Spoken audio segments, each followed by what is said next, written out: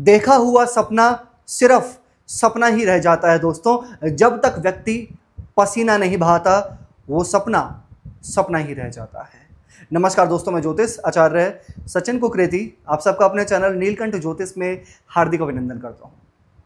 दोस्तों, सबसे पहले तो आप सभी के सुझाव द्वारा ये कार्यक्रम आपके समक्ष मैं लेकर आया हूं, क्योंकि काफ़ी सारे लोगों के कमेंट्स थे कि एस नाम और एन नाम की जोड़ी आखिर कैसी होती है, इसके बारे में डिटेल में बताइए, सब कुछ बताइए। और मैं वापस से आप सभी लोगों से कहना चाहता हूं दोस्तों कि आप जिस नाम पर वीडियो चाहते हैं आप कमेंट्स कीजिए। जिस नाम पर चाहते हैं कि उस नाम का आपस में फ्रेंडशिप कैसी होती है, लव रिलेशन कैसा होता है, मैरिड लाइफ कैसी रहती है, सब कुछ बताऊंगा आपको, आप कमेंट्स कीजिए। फिलहाल इस वीडियो में चर्चा करेंगे एस नाम और एन नाम, इनका आपस में कैसा रहता है कनेक्शन। अगर दोस्ती करते हैं तो कैसा रहता है, कहाँ तक इनकी दोस्ती जा सकती है, कैसा रहता है इनका कनेक्शन। और अगर वो दोस्ती फीमेल और मेल के बीच में है और अगर वो लव रिलेशन में कन्वर्ट हो जाती है तो फिर लव रिलेशन कैसा रहता है, इनकी मैरिड लाइफ कैसी होती है, सब कुछ। जहाँ पर एस नाम से राशि निकल कर आती है कुंभ राशि, वहीं एन नाम से राशि निकल कर आती है वृश्चिक राशि। चलिए फिर जानते हैं। सबसे पहले मैं आपको इनके बारे में बताऊंगा कि एस नाम वाले व्यक्ति यानी कि कुंभ राशि वाले व्यक्ति थोड़े बहुत कैसे होते हैं, इसके साथ फिर एन नाम वाले व्यक्ति वृश्चिक राशि वाले व्यक्ति कैसे होते हैं, फिर आपस में इनका कनेक्शन। ठीक है, चलिए फिर करते हैं शुरुआत। अगर दोस्तों आप अपनी जन्म कुंडली पे विश्लेषण करवाना चाहते हैं तो नंबर सिर्फ चैनल और वीडियो के डिस्क्रिप्शन में है। चलिए अब जानते हैं। सबसे पहले हम बात करते हैं एस नाम वाले लोगों के बारे में। ये कैसे होते हैं थोड़ा जान लेते हैं। एस नाम से कुंभ राशि एक वायु तत्व की राशि है, एयर साइन है। 4 एलिमेंट्स होते हैं दोस्तों, अग्नि, पृथ्वी, वायु और जल। ठीक है, तो यहाँ पर जो कुंभ राशि आती है वो वायु तत्व की है और ज्योतिष शास्त्र में काल पुरुष के कुंडली में ये एक 11वें नंबर की राशि होती है। ठीक है, 11वां जो घर होता है कुंडली में वो होता है डिजायर्स का, प्रॉफिट्स का, इनकम का, ड्रीम्स का होता है, काम भाव होता है। सबसे पहले तो ये एस नाम वाले व्यक्ति ना मल्टी टैलेंटेड होते हैं ये व्यक्ति। ठीक है, अगर इनको किसी चीज़ के बारे में सिखाया जाए, इनको किसी चीज़ के बारे में बताया जाए तो ये बड़ा इंटरेस्ट लेते हैं और इस चीज़ को बहुत बारीकी से सीखने वाले होते हैं। लेकिन थोड़े से मूडी होते हैं, अड़ियल होते हैं, अपने तरीके से चलने वाले होते हैं। इनको ना डोमिनेटिंग पसंद होना, लेकिन ये थोड़ा एडजस्ट कर लेते हैं। लेकिन इनको ना अपने तरीके से चलना, उस पर काम करना बड़ा पसंद होता है। घूमने फिरने वाले बड़े शौकीन होते हैं ये, लेकिन ये जिद्दी भी होते हैं। ठीक है, चलिए थोड़ा जान लेते हैं वृश्चिक के बारे में। एन नाम वाले व्यक्ति राशि के स्वामी होते हैं मंगल ग्रह। जैसे कुंभ राशि के स्वामी हैं शनि, वृश्चिक राशि के स्वामी बनते हैं मंगल। यहाँ चंद्रमा नीच के होते हैं, बड़े सेंटिमेंटल होते हैं ये, पराक्रमी होते हैं, साहसी होते हैं। सुनना तो ये भी किसी की पसंद नहीं करते भाई, ये तो बिल्कुल भी नहीं करते पसंद, क्योंकि ये खुद डोमिनेटिंग कर सकते हैं लेकिन डोमिनेट सह नहीं सकते।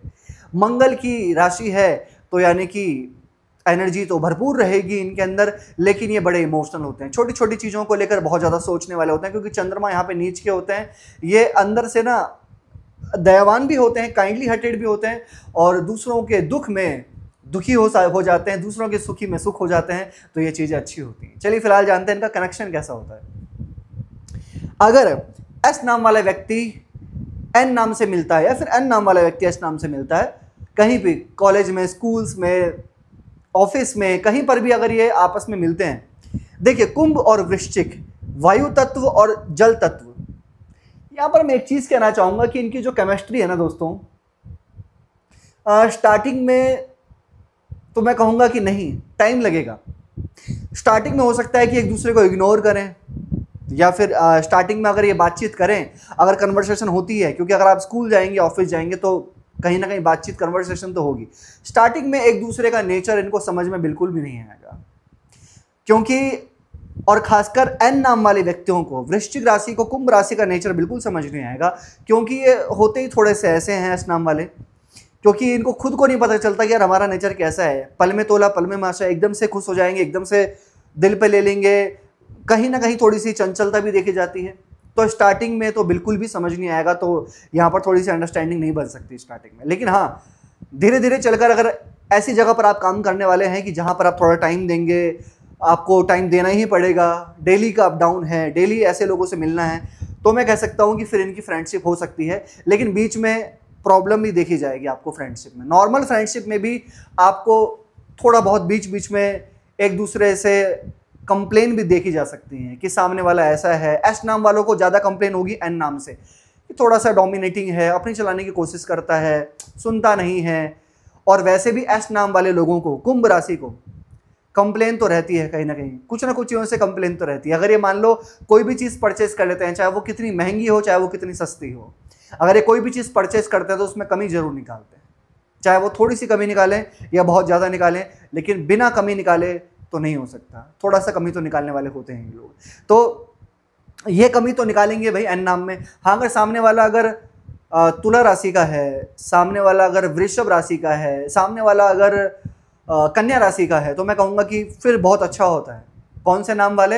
एस नाम के साथ आर नाम का, पी नाम का, ठीक है, ये लोग ज़्यादा कंफर्टेबल फील करते हैं आपस में, लेकिन एन नाम वाले थोड़े से अप डाउन देखा जा सकता है। तो मैं दोस्ती के मामले में कहूँगा तो मैं यहाँ पे 60% कहूँगा, एवरेज होती है, बहुत ज़्यादा अच्छी भी नहीं। अगर काफ़ी टाइम हो गया फ्रेंडशिप को, 2-3 साल हो गए, लेकिन फिर भी जो एक दोस्ती होनी चाहिए, बहुत गहरी फ्रेंडशिप, बहुत ज़्यादा क्लोज फ्रेंडशिप कि पूरी एंड टू एंड सब कुछ शेयर कर देना, तो मैं नहीं कहूँगा कि ऐसा हो सकता है। अगर ऐसा होगा तो कहीं ना कहीं परेशानी भी जरूर देखने को मिलेगी एक टाइम पे आके। तो बात करते हैं लव रिलेशन के मामले में कि लव रिलेशन कैसा देखा जाता है। दोस्तों, वृश्चिक के स्वामी बनते हैं मंगल और कुंभ के बनते हैं शनि। शनि और मंगल शत्रु माने जाते हैं।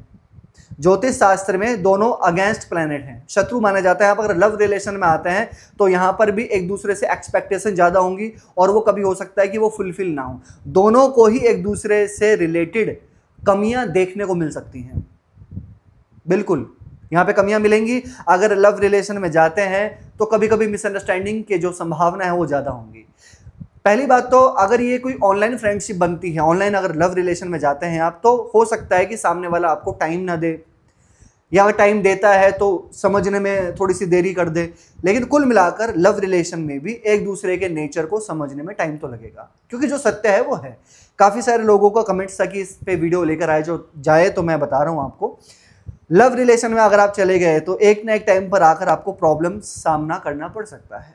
चाहे वो अग्रेशन झेलना पड़े, एस नाम को, एन नाम का अग्रेशन झेलना पड़े, डोमिनेट होना पड़े, एडजस्ट करना पड़े। अगर एस नाम वाले लोग एडजस्ट कर लेते हैं, डाउन हो जाते हैं, कंट्रोल कर लेते हैं सामने वाले को, उनके गुस्से को, अग्रेशन को, उनके सेंटिमेंटल नेचर को, उनके इमोशंस को, तो फिर मैं कहूँगा कि यहाँ पे लव रिलेशन बेटर होगा। और एन नाम वाले भी अगर कंट्रोल कर लेते हैं कि सामने वाला बड़ा मूडी है, जिद्दी है, छोटी छोटी चीज़ों में जिद करता है, अड़ियल थोड़ा सा स्वभाव है, हर चीज़ में थोड़ा सा कंप्लेन करने वाला है, अपनी गलतियों को जल्दी मानने वाला नहीं, अगर ये आपने कर लिया कंट्रोल, तो मैं कहूँगा फिर तो बेटर है, फिर तो लव रिलेशन चलेगा और लॉन्ग टाइम चलेगा। लेकिन अगर लॉन्ग टाइम भी चलेगा तो भी परेशानियाँ मैं कहूँगा आएंगी ही आएंगी, जो है प्रैक्टिकल। ठीक है, अब बात कर लेते हैं मैरिज के बारे में कि इनकी मैरिड लाइफ कैसी देखी जाती है और मैरिड लाइफ में क्या होता है, कैसा रहता है। दोस्तों, सबसे पहली बात तो अगर ये व्यक्ति कुंभ राशि और वृश्चिक राशि अगर ये विवाह करते हैं तो सबसे पहले तो जन्म कुंडली पूरी देखनी पड़ेगी कि दोनों की जन्म कुंडली कैसी है, मैरिड लाइफ कैसा है, वैवाहिक जीवन वाला हाउस कैसा है, क्योंकि ये दोनों डिफरेंट राशियां हैं। स्वामी जो है इनके आपस में इनकी मित्रता नहीं है, शनि और मंगल की मित्रता नहीं है यहाँ पे।